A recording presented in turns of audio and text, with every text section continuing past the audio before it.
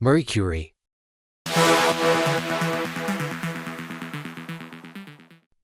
Marie Curie, the brave woman who lit up the world. Hello, friends. Today, I want to tell you a magical story.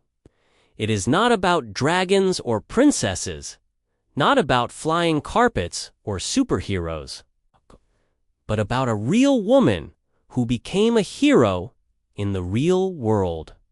Her name was Marie Curie. She didn't have superpowers. She didn't have a magic wand. She didn't even have a lot of money. But she had something more powerful, a heart that never gave up, and a mind that kept asking, why, how, what if? Chapter 1. Little girl with big dreams long, long ago, in the year 1867, in a faraway place called Poland, a little baby was born. Her name was Maria Skłodowska. Maria was the youngest of 5 children. Her father was a teacher of math and physics. Her mother was also a teacher, but sadly, when Maria was just 10 years old, her mother died from a sickness called tuberculosis. Imagine that, friends. 10 years old, losing your mother. It was very hard for her. She cried, but she also decided something in her heart. I will work hard. I will make my parents proud. At that time, girls in Poland could not go to the same schools as boys for higher studies. But Maria loved learning so much that she and her friends made a secret school. Yes, a secret school. They called it the Flying University. Why flying? Because it kept changing locations so the police wouldn't find them. Chapter 2. The Journey to Paris. When Maria grew up, she wanted to study in the best universities. But in Poland, women were not allowed in those universities. So what did she do? She made a brave decision. She would go to Paris, France. Her sister Branya was already there, studying to be a doctor. But friends, traveling from Poland to Paris in the 1800s was not like today. There were no airplanes, no fast trains. She had to save money for years, tutoring children, teaching, and sometimes even going hungry so she could buy books. Finally, in 1891, she arrived in Paris. She changed her name to Marie because it was easier for the French people to say. Chapter 3. Meeting Pierre Curie. In Paris, Marie studied at the Sorbonne University. She worked so hard, sometimes studying in a cold attic with no heater, wearing all her clothes to keep warm. She ate only bread and tea so she could save money for tuition. Her hard work paid off. She became one of the top students in her class. One day, she met a quiet, kind man named Pierre Curie, who was also a scientist. They liked each other's ideas and became friends. Then, they became something more, partners in life. They got married. And here's something sweet. Instead of a fancy wedding dress, Marie wore a simple dark blue dress because she wanted to use it later in her lab. Chapter 4. A shiny mystery one day. A scientist named Henry Becquerel discovered something strange. He found that a mineral called uranium gave off invisible rays. Rays that could pass through solid objects and make photographic plates glow, even in the dark. Marie was curious. She wanted to know, are there other materials that can do this? What makes them glow?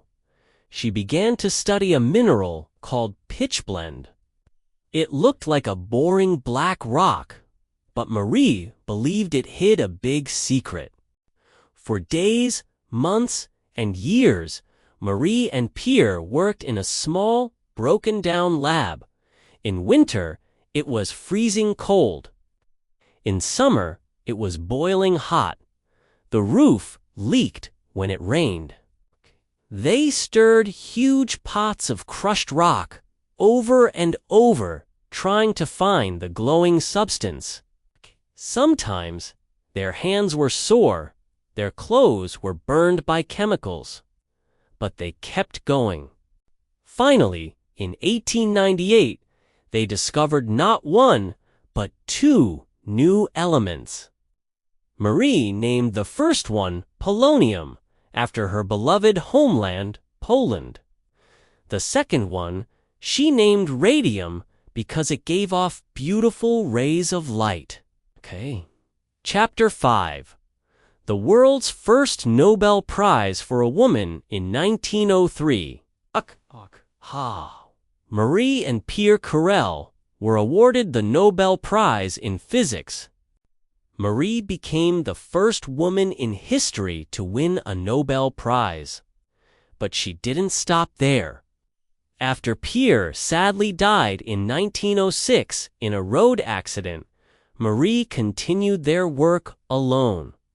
In 1911, she won another Nobel Prize.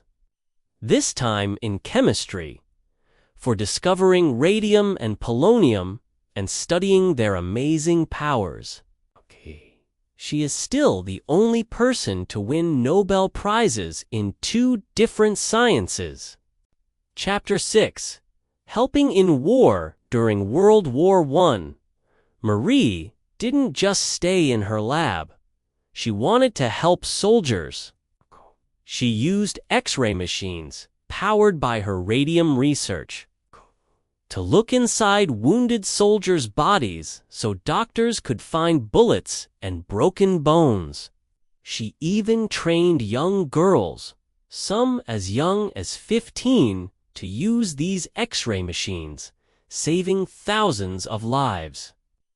Chapter 7. The Cost of Bravery. But working with radioactive materials for so many years had a cost. In those days, scientists didn't know how dangerous radiation could be. Marie often handled radium with her bare hands.